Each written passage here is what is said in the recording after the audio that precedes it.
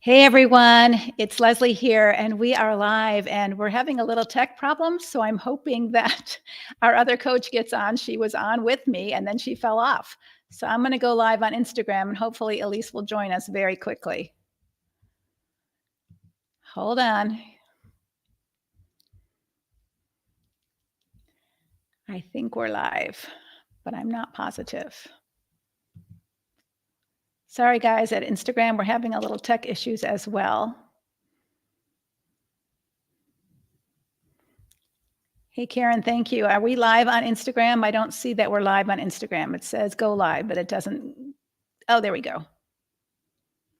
All right. Hi, Instagram friends. Hi, Facebook friends, YouTube friends. I'm waiting for Coach Elise to get back on. She was supposed to be on with me, and all of a sudden we lost her. So sorry if I felt a little discombobulated at the beginning. Today we are talking about, can a godly wife ever say no to her husband? Can a godly wife ever say no about whatever? It doesn't just be no, I don't want to have sex tonight, but can a godly woman, does she have her no? Good evening, everyone. Good evening, everyone. I'm not sure what happened to Coach Elise. So if she comes back, we will bring her up on the screen. I think she's been trying to get in, but I'm not sure where she's having the tech issues or we're having the tech issues, but we're live and we're going. So I'm just going to go for it on my lonesome. So we're going to have a conversation. Can a godly wife say no? So how many of you would say, yes, she can, or no, she can't, and why? What would be your reasons for your answer? Yes, she can say no. She has a no. Why would she be able to have a no? Here comes Coach Elise. Yay, thank you. Here she's back. Why does she get a no? And there she is. Hi, Elise. Hi, sorry. I have no idea. Not Go sure. ahead. Okay, turn your volume down just a bit. You're kind of a little bit loud. So if you can turn it down a bit, then we're good. Good. All right, good evening, everyone. So Janice says she can say yes or she can say no because she's her own person. Yeah. What else? Because I think a lot of Christian women get caught in this mistake of a godly woman always says yes. A godly woman always gives her husband his way. She always defers her needs to his. She always does what he wants. And although that's great in many instances that you cooperate with one another and mutual submission goes both ways at times, you don't want to be arguing and fighting over stupid things all the time. But when there's something to stand up for yourself, is that wrong for a godly woman to say, no, I don't want to do that, or no, that doesn't work for me, or no, I don't like that, or no, I don't want that, or no, I'm not signing on that co-signing loan, or no, I'm not going to move, or whatever it might be, a big decision or a little decision. Is a wife a co-laborer and a co-decision maker, or is she just part of the kingdom of the king? And she just has to do what he says whenever he wants. Can a godly woman say no? So Janice says, yes, she's her own person. And I think that's the simplest answer. God made her a person. He didn't make her a robot. If he didn't want you to have a brain to contribute to family decisions, he would have made you like a Stepford wife. Right? There's robot wives now. I was in Korea a couple of weeks ago, and they had robot waitresses. And they just came to the table, you put your order in, and they brought your dish, and you didn't say a word to them, and they didn't say a word to you. They just did what you wanted, and they performed. They were objects. They weren't people. God didn't make wives objects. He didn't make women objects. He made them people, co-image bearers with a good brain. Mm-hmm. Leslie, I love that, co-image bearers. It's so beautiful. Mm-hmm. And it removes any doubt of, our creation, right? And our position, in the world, that we were co-created. We weren't, we were co-created as people, not as, as robots. Although it's what they would like sometimes. Yeah. Yeah. Robin said something interesting. I only have one Lord, and it's not my husband. Even the Lord gives me a choice. Yes. Yeah. Yes. Elise and I were talking about this a little bit before we got on camera and went live. And, most of you are parents here, and part of your role as a good parent in shepherding your child is to not make their decisions for them when they're getting to be capable of making decisions for themselves. Like, Right. what do you want to wear? I remember having this huge moment with my daughter when she kept saying, Mom, what shoes should I buy? What shoes should I buy? I said, well, you've got 5 pairs to pick for that are in my price range and I'm good with. So pick one. And it was so hard for her to pick for herself. And whether it's a boy child or a girl child, I think it's really important if we're shepherding our children to help them come into their ability to make choices for themselves. Even though the Bible says, children, obey your parents. Children, honor your parents. Does that mean that a child never says no to their parent? Does a child never say, no, I don't want to go to college, or no, I don't want to study to be an engineer, or no, I don't want to be on the softball team, or no, I don't like this teacher and I don't want to take that class? Are they allowed to say no and still be godly children? I think they are. I think that's what we're required to do, is teach our children how to do that, but they are allowed to do that. Right. So some of the things I feel like I hear you saying, Leslie, is, do we have autonomy? Do we have our own agency? Has God actually imparted it upon us, our own autonomy and our own agency? And if we're not our own individual person, then what about our soul? Right? And so if we don't have a means to really think for ourselves and do for ourselves, and with certainly respect and honor, that's what intimate relationships are all about. But they are reciprocal, and one person doesn't get to own the whole relationship, right? And that's the beauty of these relationships, and absolutely that she has a voice. And she can say, this is my like, or this is my dislike. And I think one of the things that becomes problematic is differences, is what do we do with the differences? And then, in our Christian environment, so oftentimes there's this automatic deference to a man's, way of thinking. And is that what we should be doing? Right. I don't think we should be acting in rebellion. That's for sure. But how do we mutually come and say, there's a difference in our, our sexual frequency. There's a difference in our, where we should work or how we should work, or, how we labor. There's a difference in who we're going to vote for. How do we manage our differences and not just succumb to, this deference, always this deference to, male leadership? And so I think this requires us making some definitions. What does leadership look like? Right. What does biblical headship look like? So it's not, biblical headship is never, and we're going to unpack this. I hope all of you have signed up for our workshop tomorrow. I've just finished putting on the final touches. It's really going to be a good workshop. We have a 12-page workbook for you to take home and study. It's a lot of information in there, but we just want you to be equipped. So what does headship really mean in the Bible? Does it mean ownership? Does it mean he's your king and you get no choice? That's not what headship ever was intended to be. And so to even question whether a woman could be a godly woman and say no kind of buys into that idea of headship, like I'm your authority. I'm your king, and you're not allowed to say no. And that's just not how Jesus set up headship or authority in the Old Testament or the New.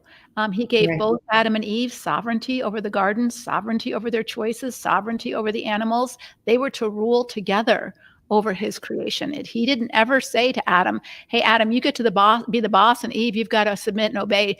He said, Adam and Eve, you are both created in my image. You are to co-labor together and have authority over creation together. It was only after the sin where he said, your desire shall be for your husband and he shall rule over you. That's not God's plan. That was the result of sin. That was the result of sin. I'm going to unpack that some more tomorrow in our workshop.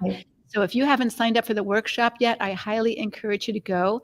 The workshop title is called, If He Doesn't Hit You, Is It Still Abuse? And we're going to be talking about how often abusers misuse scripture, especially some of this headship and submission stuff, to get control over you. And if you aren't a thinking woman and you aren't biblically literate, you can be bullied into compliance and think that that's what God wants you to do, that you need to be submissive. And compliance, being bullied into compliance, is not biblical submission. Biblical submission is a choice. It's always a choice. Right. If you don't have a choice, you're not submitting. Right. You might go along, but it's not called submission. Right. And if you're a bully, that's not called headship. It's called bullying. In the scriptures, it's called bullying, oppression. Right. Yeah, I'm thinking, all of a sudden I drew a blank, it's my age, on the word that I was thinking.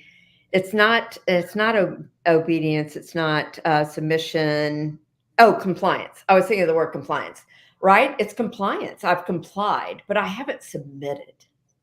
Submission is an act of love as we are loved. It's this reciprocal love that's going back and forth. It's really, it saddens me. It really does grieve me, the way submission has been so misapplied and so misused and so mismanaged and, and weaponized, actually, in so many ways. And it's so disheartening. And I can't imagine the grief of our Lord to say, no, that's not submission. That's not sufficient. That's actually, you're just getting her to comply. And compliance couldn't be further from the truth. Now, I think in, in all marriages, in the give and take, occasionally we comply. Sure. Absolutely. But submission is an act of love, that I know that you have my very best at heart. Right. And what we'll be talking about tomorrow too in the workshop, Elisa, submission isn't just for women. It was never designed just for women. Well, yes, I was headed there. Right. The Bible says submit to one another in Ephesians 5:1. It says everyone is to submit to God in James 4:7. And it says we're to submit to the governing authorities in our countries in Romans 13:1. And so it's not just a discipline for women, but it is a discipline to learn something really important. And that is, you can still be peaceful and happy if you don't get your way all the time.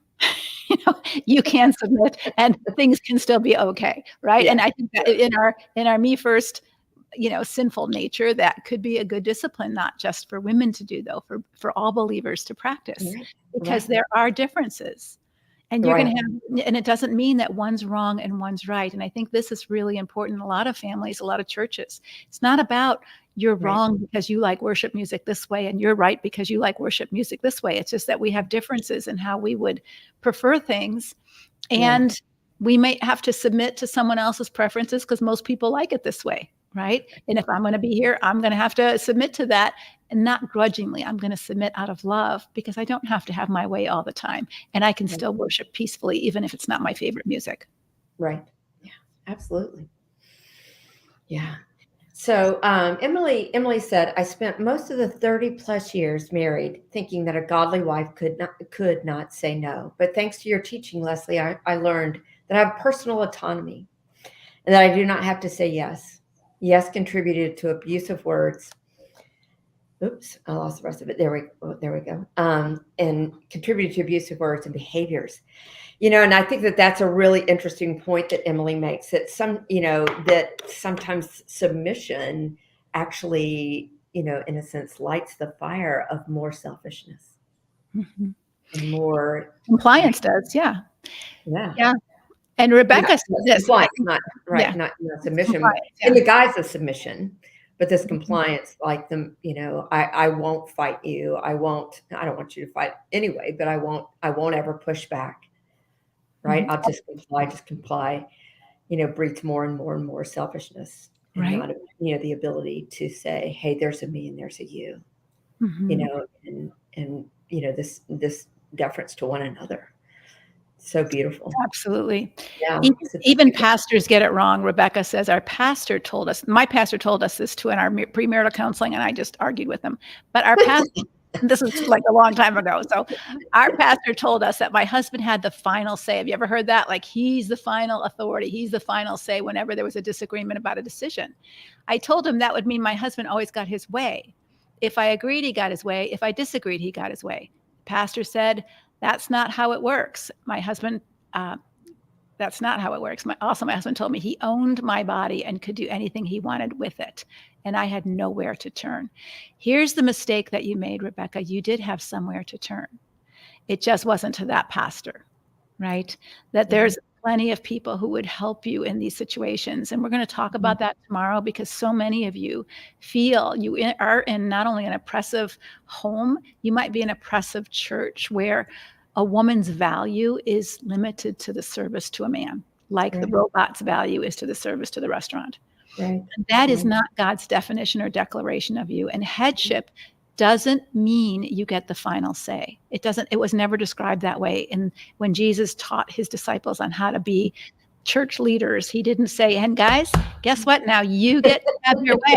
That's what headship meant. He didn't say that at all. And so it's a complete secular and a sinful misunderstanding of the use of power. And I'm going to unpack all that tomorrow for you. So if you are curious about this and you've never really heard this taught differently than you've heard in the past, like you just have to give in and that's your role as a wife and you don't get to say no and you don't have a choice and a voice and your body is not, all of that stuff. It's not true. Your body, what Paul said in 1 Corinthians 7, which is really interesting, if you really read it in the cultural context it's written, first of all, you need to know he's answering a question to believers, new believers, saying, oh my gosh, do we have to stop having sex because we're believers now? So that was the question he was answering. He goes, not if you're married, you don't. Of course not. Sex is a beautiful thing if you're married. And he then goes into something radical. Think about this. This is a patriarchal culture. Yes, women had no rights in this culture. So Paul is saying, hey, wives, don't say no. You can, give your husband your body, and your body is not your own. And the operative word in this passage is likewise. This was radical. Likewise, husbands, your body isn't your own either. So what Paul did in a culture where power was like this, husbands had power over wives, men had power over women in a patriarchal culture, masters had power over slaves in a slave-oriented culture, master-oriented culture, power over culture. That's the culture that was in. Paul says, hey, likewise, guys, it's an equal playing field now. You don't have authority over your body either. Your wife has. So if you're trying to take your wife's body and she says, hey, I can take your body, leave my body alone. Now it's leveling the playing field. Right. There isn't any power over you. And I think this is so, so important. He's saying, without saying it, we don't do life that way. That's not, sin breaks apart relationships. And when you're selfish and greedy and you disrespect someone's no, that's not going to lead to a safe and trusting relationship. And relationships are really important to your well-being. Right. Yeah. I love that. It's so beautiful. I mean, just who would thought that likewise would have been the optimum where it says, and there it is, right? And for our well-being. Even Paul's writing, when you think about, Paul's, a sexist, or he wrote that in Romans, and he also wrote, husbands, love your wives as Christ loved the church and gave himself for. Again, if you think about who he's writing to, he's writing in a patriarchal culture where husbands didn't do that. Right. And he's saying, if you're a believer, you've got to change the way you do life. And when he says in Galatians, hey guys, we have to change everything about the way we do life. There is no difference between slave and free and Gentile and Jew and man and woman. We're all on equal playing field before the Lord. No one's higher or more important or more special than anyone else. Right. This was so like, oh my gosh, to that culture that we look at that and we kind of go, oh, what does that mean? This is radical. God's desire and design for relationship isn't that people are over others and use power to oppress, enslave, or rob you of your no. No is a beautiful word. You can't say yes, honestly, if you're not allowed to say no. 100%. Wow. Yeah, absolutely. Do you have a no? I think would be one of my questions to the ladies, right? Do you have a no? Do you say no? And you might not say no for lots of other reasons. So we're gonna challenge you on that in a couple of weeks. But a lot of women don't say no because they're afraid of rejection. They're afraid of someone being disappointed in them. They're afraid of their anger. So they're not secure enough in themselves. They're putting all of their eggs in your basket. So I need you to like me in order for me to be okay. So I have to say yes, or you might not like me, or you might be mad at me. So that's a whole completely different reason, which we're going to talk about, because so many women stay bound to the fear of man. And the Bible tells you the fear of man is a snare. So if you're not supposed to be afraid of men, women, whoever, fear of people, they're not going to like me. They're going to reject me. I'm not going to be okay if I say no. Well, then you aren't free to be your best self. You're not free to use your own brain, because you're trying to say, is my brain okay? Is what I'm thinking, oh, you don't agree with me? Okay, then I'll shut up. I won't say what I want to say. And we live in a culture where you are canceled if you don't say what people want you to say, or they don't like what you have to say. So I get that. Right. That shouldn't be happening in your relationships, your most closest relationships. Right. Right. Yeah. So we can see what the struggle is, even in, the culture today, right? Of wanting to be able to say no, and like, wow, there's so much fear around that. And so, definitely just to be able to shift this, kind of for our own women, in our groups, to say, wow, this is a different shift. And can you make, what does it look like to even examine this shift from yes, yes, yes to, wow, I have a no. I don't think that way. Yeah. Or I believe that way. Here's a question that we just got. Ellen says, why do you think so many pastors get it wrong?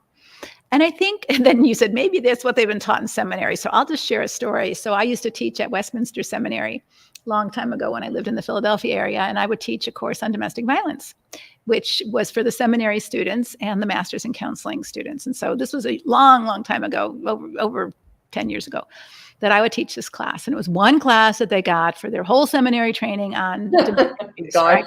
Not a whole lot.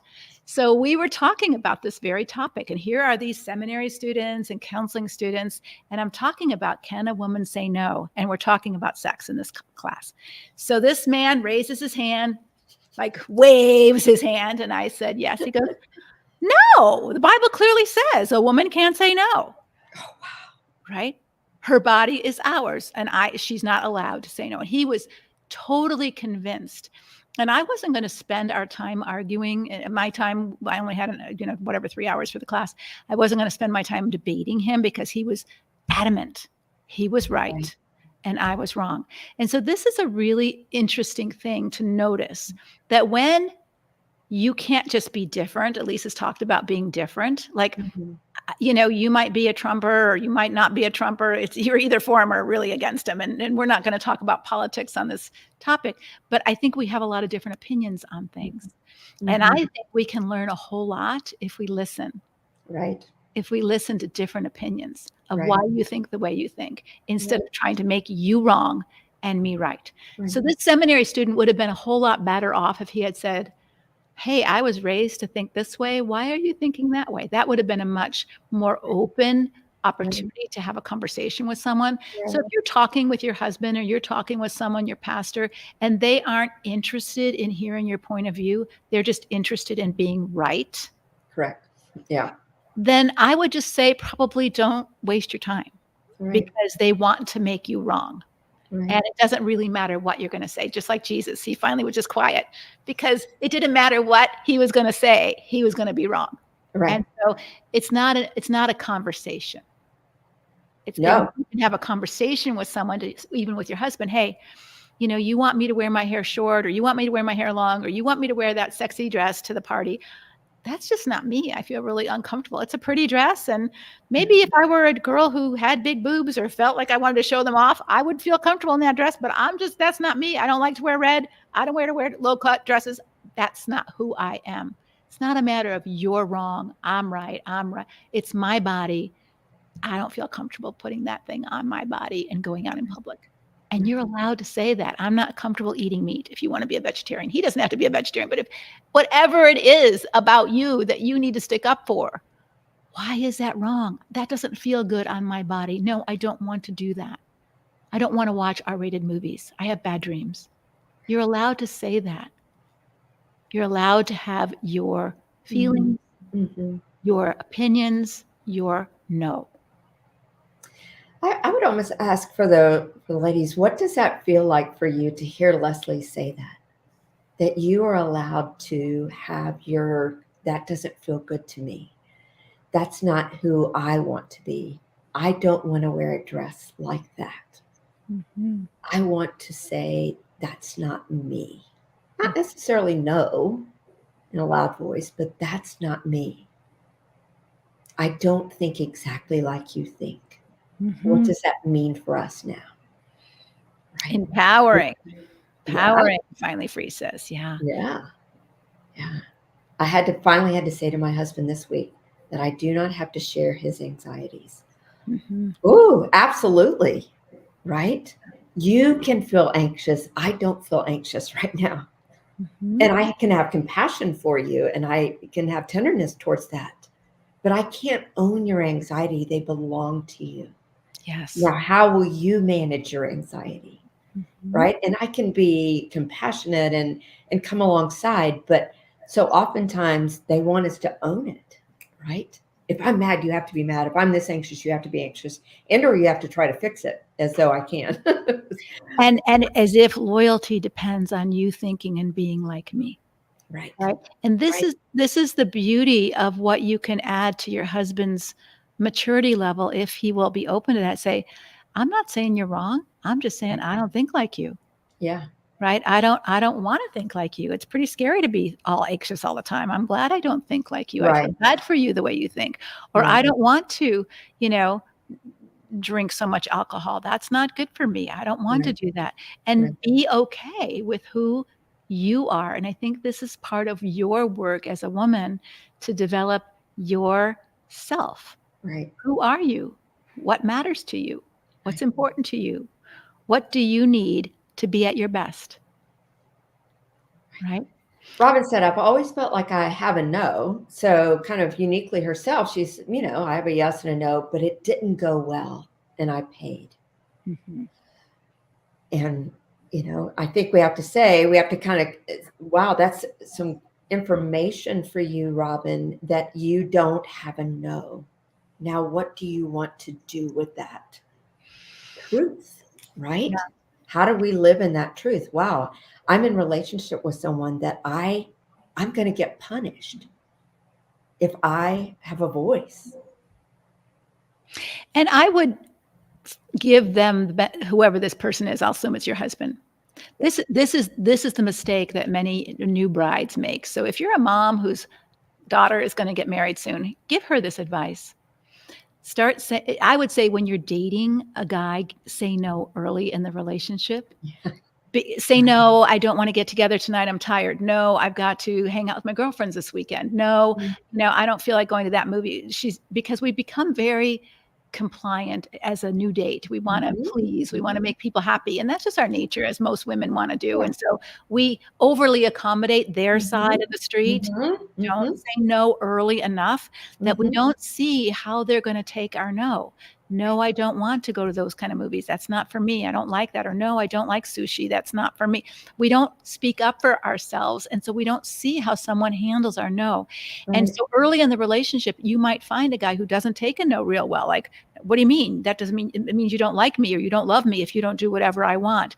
And you begin to expose his mindset. And so I would say to you who have your no and your husband doesn't like it, I would just expose that. It sounds like you feel that I'm betraying you just because I'm not like you.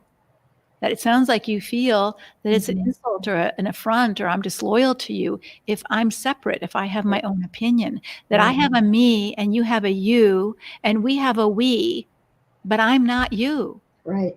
And I have to be free to say, I'm not you. I don't like that. I don't want that. That's not the way I want to live my life. My husband and I have had discussions about vacations. Like, I know that's what you like on vacation. I don't like that on vacation. This is what I like on vacation. How are we going to make this a win-win for both of us? Right. And so that's what marriage does. You figure that out. But every time you say, I want, I like, I don't like, that feels threatening to them. Like, wait, you're supposed to leave and cleave. You're supposed to join me at the hip. You're supposed to become like me. You're supposed to revolve your life around making me happy. Right. And that may be how they were raised. Yeah, sure. It might be a good thing for you to say, hey, I don't think that's how marriage is supposed to work, versus, Right. oh, I better comply or he's going to be mad at me. He might be mad at you at first. Right. Till he might learn differently, or you learn differently that Right. I can't stay because he's not letting me be me. Right. One of my professors said in graduate school, and this is not like that. I don't know, when he said it, it was, kind of like, oh, and I'd been in church all my life. He said, oneness does not mean sameness. Mm-hmm. And so many of us, in the church, especially our age, that oneness somehow we melded into sameness. And what's unfortunate is pretty quickly we started seeing, wait a minute, I don't think the same way you do. I don't, same was not at all. And now we don't know what to do with ourselves. And I don't think they always said the word sameness, but oneness had this implication of sameness, right? That somehow we were going to magically agree. And what do we do with differences? And we really didn't want to deal with that, right? Mm-hmm. So then we just would acquiesce or comply to submission, because that was where that was the default mode, right? And that's what we were told was godly. Yeah, exactly. That's the point, is that that's what we were told was godly. And if we did anything different, we were ungodly. Mm-hmm. Who wants to be godly? As a Christian. Christian. And I would say, ladies, that this would be even practicing your no with girlfriends. I mean, yes. I think sometimes it's really hard for us. And this is kind of the people pleaser in us, that we don't want to offend. We don't want to hurt anybody's feelings. We don't want them not to like us. We don't want them to think we're difficult. Yeah. So we just kind of comply. And then we think, I wish I hadn't gone to that movie. It was such a waste of time, or it was so upsetting. I had nightmares all night. I knew I wouldn't have liked it. I don't know why I went. And we go along. Right. And I tell a story about and going along with some friends for dinner, and he had too much to drink and he was driving. And I knew I shouldn't get in that back seat of the car. And my husband knew it too. And both of us were like, what are we going to do? Are we going to confront him about how much he drank and say we won't let him? Now, he wasn't weaving and walking, and he wasn't slurring his words. So it wasn't like we could pinpoint it. Like, I see that you're drunk. We just saw that he had 3 drinks during dinner. So that was enough, but he didn't act intoxicated. But still, what do you do in that situation? And we drove home in the backseat of that car praying we would get home. And after that, I thought, I am never doing that again. Right. You know, it's not like I didn't know how to say no. I mean, I knew it, how to say no. I just didn't, because I was scared of rejection and being made fun of and disapproval. And this wasn't my husband. My husband was in agreement with me. He didn't say no either. We were just, the fear of man grabbed a hold of us and we got stuck there. And so godly people, Jesus said no when he needed to. Yeah. And the Bible tells us in Titus 2:12 that we need to learn to say no to ungodliness. And it might not be our ungodliness. We might have to say no to our husband's ungodliness. We might have to say, no, I will not live with this. I will not comply with dishonest tax returns. I will not sign my name. I will not do a joint return with you anymore when I know that you're not reporting all of your income, and I'm going to be held liable for that legally as well as you. No, I will not do that anymore. You might have to say, no, I will not participate in the unfruitful deeds of darkness. I will expose them. If you're going to talk to me that way, if you're going to cheat on me, lie to me, use porn, cheat with other women, I'm going to expose this and tell the truth about what's going on, because I'm not living like this. Right. That may be scary for some of you, and we're going to talk tomorrow about how to do that in the workshop. So if you have not signed up yet and you're on Instagram and you don't have it here, please go to www.leslievernick.com/join workshop, all one word. You're going to get a pop-up there that says you want to come at noon Eastern time, or do you want to come at 7:30 p.m. Eastern time. We're going to do 2 lives, and it's going to be about a 45-minute teaching. You're going to get a downloadable workbook that's full of scripture that you can use to study again and again and again. And afterwards, Leanne, my coach, and I are going to answer your questions. We will be here until the end, and it's not on Facebook. It's not on a public site. It's not on Instagram, so nobody can see you. Nobody can check what you're saying later. It's going to be on a off-site webinar site, so you need to sign up so that we can send you a link tomorrow to say, here's the workshop, here's the workbook, come show up live. Here's what you get live. You get the teaching, you get the Q&A time, and you'll get a sense of community with all the women online who are going to be there and chat with you. It's very awesome. Our coaches will be there to answer some questions. And then if you don't show up live, You can get a recording of the workshop alone. You will not get the Q&A time, and you will not get the chat. And the reason we don't do that is not because we are punishing you for not coming live. It's because people who show up live share some pretty personal things. Yeah. People who show up live share some things in the chat, share some things in the Q&A that just don't need to go out to people who weren't there. And so we just protect your privacy, and that's the goodies that you don't get by not showing up live. But I would think if you've been to some of these Facebook Lives and you have found them helpful, or the Instagram and YouTube, and you found them helpful, you will find 10 times more value at the workshop itself, because it'll be very systematized. We'll be going in and out. We're going to talk about 4 beliefs that you have that you're going to have to break up with. And we're going to talk about 4 signs that you're in an abusive relationship. And it's not about hitting. It's not about hitting. It's about something you won't even realize. Right. And it'll show you that you're in a destructive, abusive relationship and he's never hit you, but now you know. So if that's you and you're in this quagmire of no man's land, come to the workshop and give yourself that hour and a half to really be present and learn. Leslie, this is so beautiful that you provide this, for everyone to be able to hear and listen and know. We don't want you to be ignorant. We don't want you to be unsure. We want you to be sure of yourself and, understand with clarity what this looks like. Yeah. And it's totally free. Totally free. We're not charging you anything. Yeah. At the end, we'll invite you.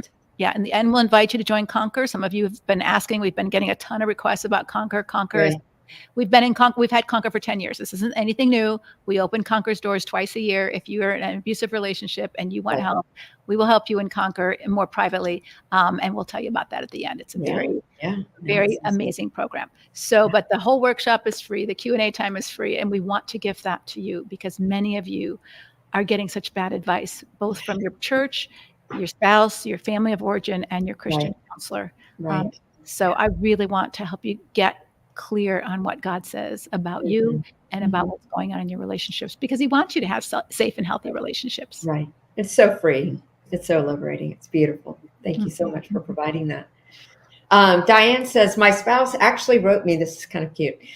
It's funny, but it's not funny kind of thing. My spouse actually wrote me a letter saying that he just wanted peace and harmony and no disagreement or conflicts. He thought it was a nice thing to say. I knew it meant for me to agree with everything that he wanted. There it is. It's, in some sense, like, sure, we all want that. We all want peace and harmony, right? But at what expense? That someone can't show up, that comes, that basically you've married a Stepford spouse, male or female. If that's all, right? No, I don't like conflict. You don't like conflict, Leslie, but if it means that I forfeit who I am in the process, I have to say yes, right? Otherwise, there's not a me. Why am I even here, right? And it's not to win or to, overly show up for something, but it is to say there's a me. There's a created me, and there's a created you. Yeah. How do we, do life together and love? And I would say, your husband better, but you could continue the conversation by writing him back and saying, I want that too. So what would that look like for you and me when we disagree about stuff? So now you're forcing him to put in paper, it looks like you'll give in. Or, right? Or think about it. Like, what does it look like? Right. Like, who doesn't want peace and harmony? I want that too. And so what does it look like for us to get there when we disagree? Right. Right. And I think that might be a very good next step for seeing whether the conversation is possible. Right. Or he is just saying a covert way of shut up and don't speak up because I won't put up with it. And you don't know that yet unless you do, and you've already done that. But for those of you who are listening and saying, I don't know what I would do if I got that letter, I would respond back and say, good goal. I want that too. And how do we handle when we don't agree on something so that we can come to a place of peace? And Apostle Paul tells us in Romans, as much as it depends on you, be at peace. Yes. But he doesn't call you to be a peace faker or a peacekeeper. He calls you to be a peacemaker. Right. And in order to be a peacemaker, like if you were trying to bring peace to Israel and Hamas, or not Hamas, but the Palestinians, how might you you wouldn't just say, well, you just need to give up or you just need to give in. You would say, what works in a win-win for the two of you, right? That's what we would have to do to bring peace. Right. And that's true in a relationship as well. It's not about somebody wins and somebody loses. And unfortunately, people who are destructive and people who are unhealthy see that as the only solution. I win, you lose. I'm right, you're wrong. I'm good, you're bad. And when you polarize things like that, then it doesn't give anybody any space to have a disagreement. Right. Yeah.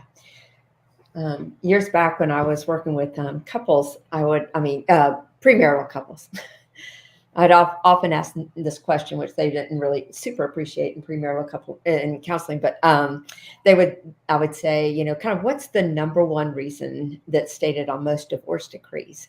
And I would get all kind of answers, something about finances or sex or what, all kind of answers. And I said, no.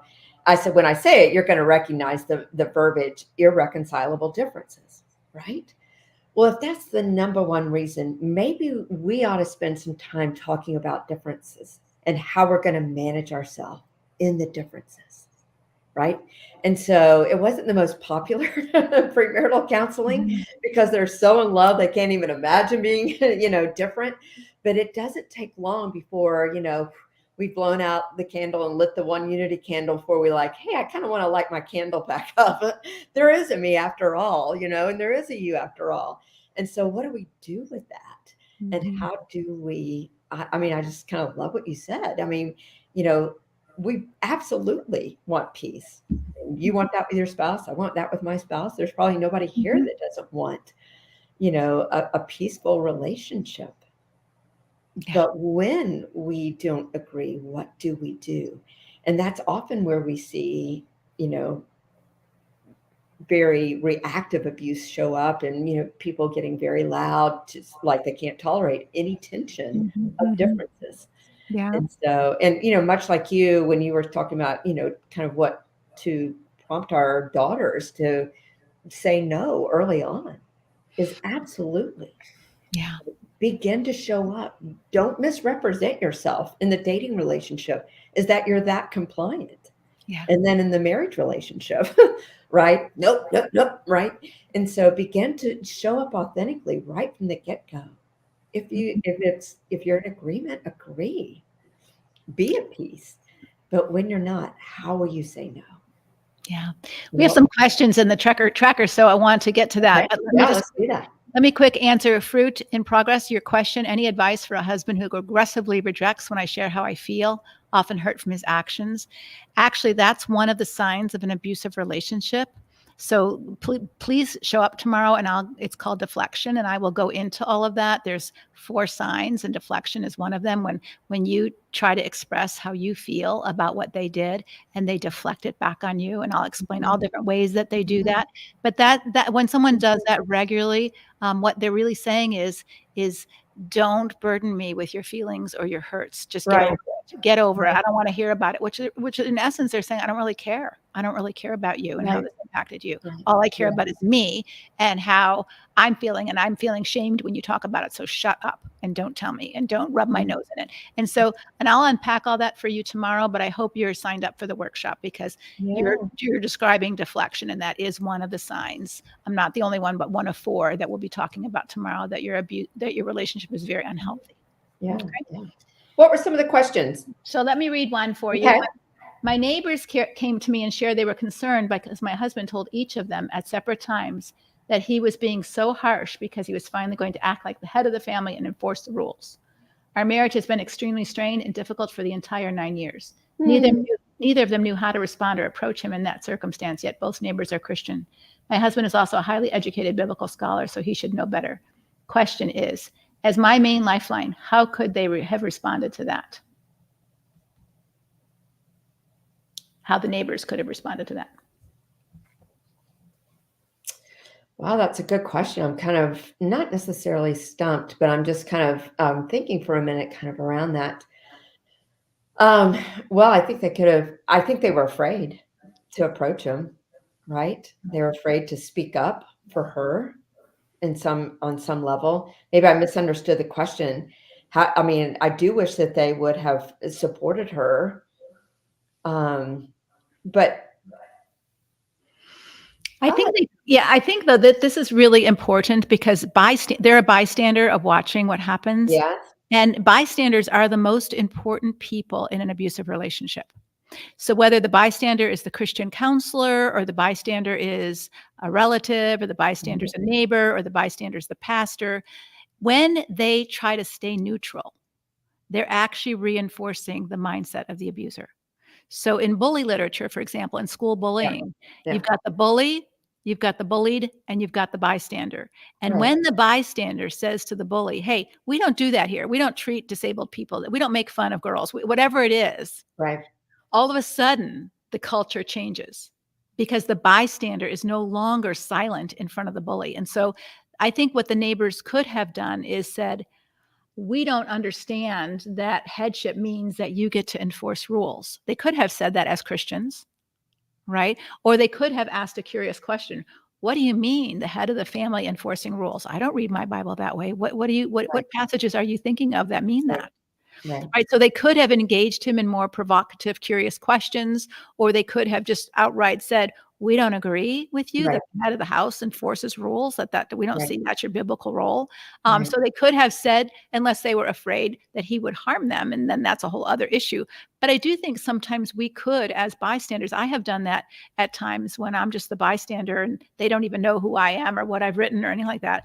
I might, with my pastors, I've done that. I've, sent little notes to them, and by now they know who I am, but I sent little notes to them saying, I'm not sure I agree with what you just said. I think this is the implication that you left for women who are in abusive relationships. And, and now they're really caveating their words more, which is great because I stood up and spoke up and I just didn't stay neutral. Oh, he probably didn't mean that. I spoke up. And so I think it is time, if men aren't going to speak up for us, I think it's time we speak up for ourselves. And if we're being disrespected. And for you as the woman in the situation, they're your main lifeline. I think you need some more lifelines since they're standing neutral. And I think you need to speak up for yourself. Whether you speak up to him, it may not be wise. It may be too dangerous. We don't speak up to people who got a gun to our head. We just comply at the moment. But it might be that if he's going to start enforcing rules, what does that look like and sound like and feel like to you, knowing your marital history? And if that's creating a danger level for you, then I think you could use some extra support. I hope you show up tomorrow at the workshop. Right. Leslie, I'm so glad you answered that because that bystander really is so critical. And, as you were saying that, I was almost having this apprehension, like, well, what do the neighbors do? Right. And if they, it's such a great point for all of us to know, because I think we've all been there. Like, I don't want to get in this fight. I don't know what to do. I don't know what to say here. Right.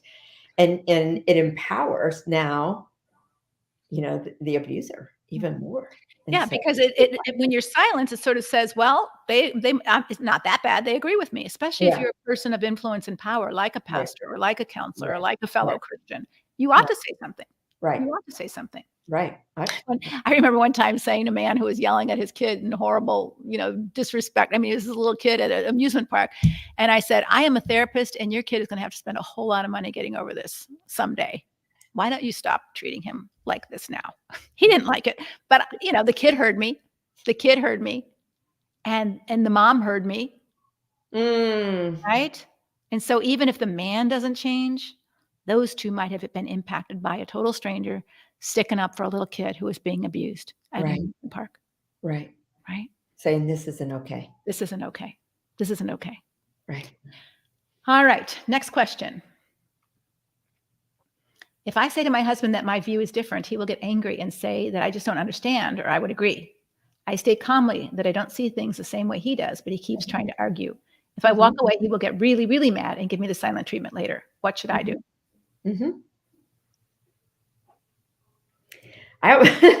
There's a piece of me that's like, well, for her, what does she want to do? I mean, she's in kind of a hard, she's certainly in a hard place. If I walk away, I get punished. If I stay, I get punished. Right. But having done this work for so long as you have, and now I've, been doing it for so many years as well, is that one of the things that burdens me so much is when women talk about that they've lost themselves in the process. And that's just that whittle away of compliance. Okay. I don't want to be punished. I don't want the silent treatment. So I'm just not going to say anything. I'll just agree. Mm-hmm. Right. And they give away themselves a teaspoon at a time until they say, I don't know myself anymore. Right. And there's a place where I want to say, what does that mean for you to be in relationship with someone who you can't have a voice? You can't say there is a me, right? What choices do you have? Right? If this really is the relationship that you can never speak up, you can never be you, what will you forfeit in the process? Right. And so my guess is that she's tried to speak up, and my hope is that she's spoken up respectfully, right? But he keeps saying, no, you cannot have any other view but my view. So I would not let him manipulate you by walking away and giving you the silent treatment. So the silent treatment is a covert way of punishing you.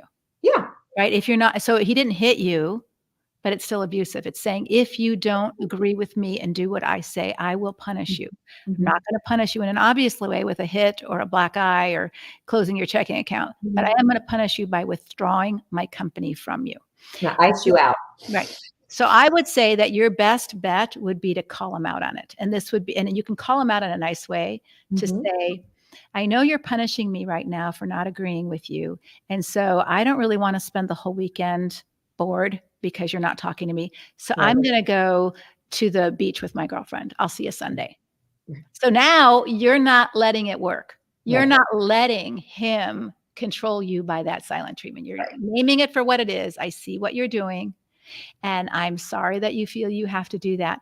But I don't agree. I think we can be two different people and still have a good marriage if we can respect those differences. But I'm not going to sit home all weekend trying to get you to talk to me. So I'll let you be you, and you can do what you need to do to get over it. And I'm going to go to the beach with my girlfriend, or I'm going to the movies tonight, or I'm going out to dinner with someone, so that you're letting him see this is not working. Right. I'm not sitting here waiting for you to talk to me, begging for you to talk to me. I'm not letting this punishment beat me into submission or compliance. And as long as you see that and he begins to see that, and you don't do it in a snarky way, it can begin to, it'll escalate his from covert to more overt abuse, and then you'll know what you have to do.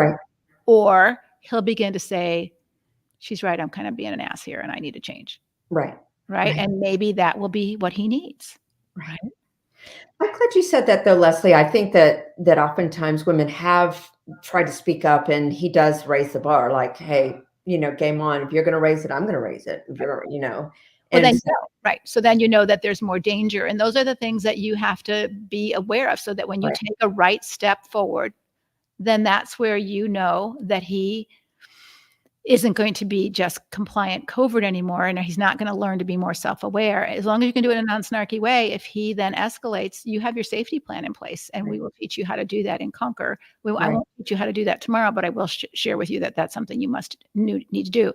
I do want to answer Hog fans. Les, you said, I know I signed up, but I can't find the email. If you're having trouble, you did sign up, please contact customer service at assistant@leslievarnick.com. And just say, hey, I signed up for the workshop. I can't find the email. Please check to see that the email that you signed up under is the one you're checking, because whatever email you used is the one we're sending the information to. So if you have multiple emails, check them other ones. But if you're signed up and you can't find the stuff, just email assistant@leslievarnick.com, and someone will get back to you and help you. Okay? Great. All right. A couple more questions. Yeah. For the first year of our marriage, we didn't have a working toilet. He said we could use buckets.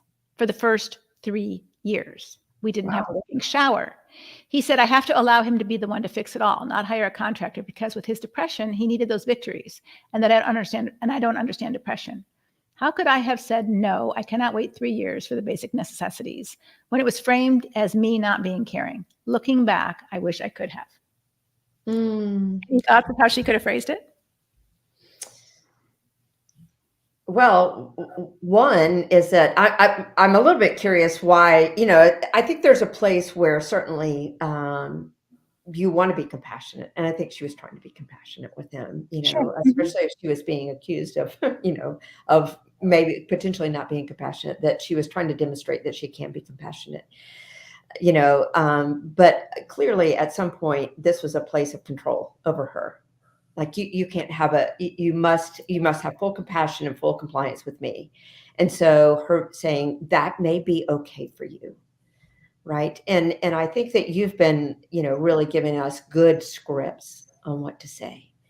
I hear that you need that for your own internal support, but I don't need a shower or I need a shower and I need working water. Right. And, maybe to your point with some of the last, it seems to be okay for you for this long of time without a working shower or working toilet. That's not okay for me. And so while I would love to see you, accomplish this and get a working shower and a working toilet, it doesn't seem to be a high priority, and or for some reason you keep postponing it, and that you're allowed to do that. But I'm going to take care of myself. Right. And so how she would say she's going to take care of herself, with compassion, she could still say that you can take care of you and I can take care of me. Yeah. And that I might have to go rent an apartment until this is fixed. Right. So that I still love you. I still want to be married to you. I just can't live like this. Right. And as long as you want to be in charge of how long it's going to take, okay, that's okay. But I can't live like this for this long. And we can still visit, we can still have dinner together, and then I'm going home. I can take a shower and go to the bathroom when I need to go to the bathroom, right? So that I think those are your boundaries, that this is what I can do, this is what I can be compassionate, I can wait, but I can't live here until. Leslie, I think you said a good phrase. I love this. As long as you want to be in charge of the, how long it takes, I'm going to let you do that. But I'm going to do this as well. Right. Because I have to be in charge of my health and my care. Right. Right. Right. Yeah. I love that.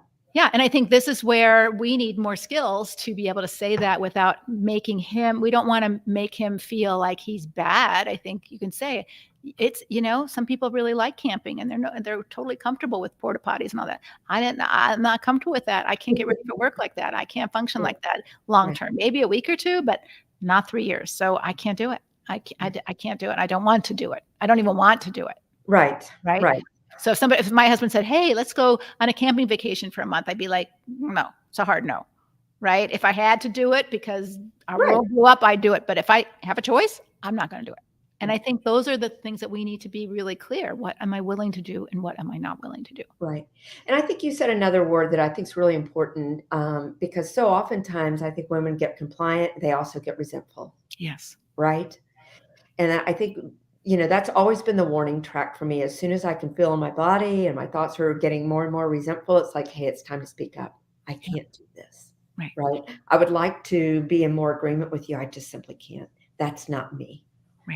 Right. So let that always be kind of like once resentment kind of begins to boil up, it's definitely your time to speak up.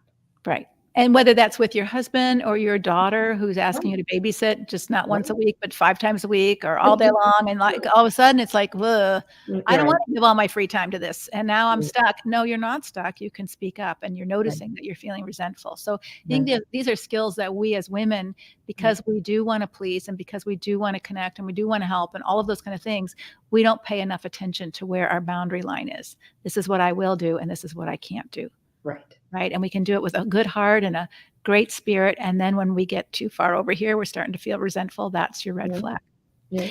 So we're almost out of time. I hope you show up tomorrow for the workshop. Again, for Instagrammers, it's leslievernick.com/join workshop. 7:30 Eastern time tomorrow night, as well as noon Eastern time in the day. And I will see you tomorrow. What's your takeaway from today?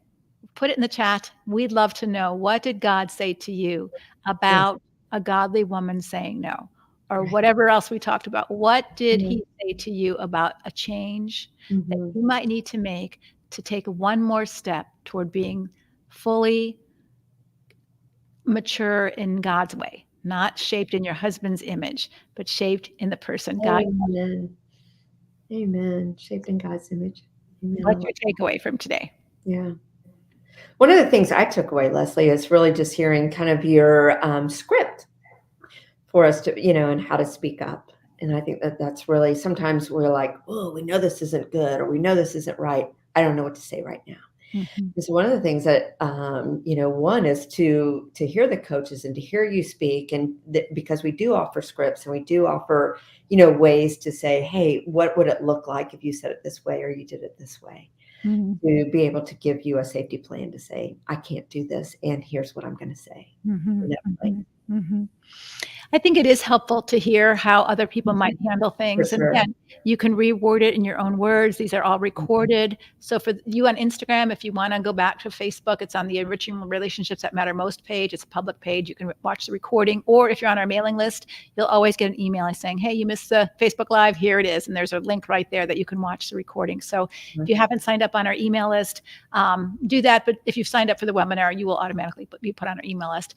But thank you so much. And I am busy prepping for the workshop, and we will see you tomorrow bright and early at noon Eastern time, or later in the evening at 7:30, like now, 7:30 p.m. It's going to be a long day tomorrow. It's going to be an amazing day. The workshop is chock full of biblical help that will really help you, including some scripts that will help you say what you need to say in a way that you're honoring God, even if your husband and even your pastor doesn't like it. You're doing the right thing, and that's important. All right. Thank you so much, Elise. Appreciate you. Always. It's always. Thank you. All right. Take care. Bye-bye. Just end Instagram first. And this one.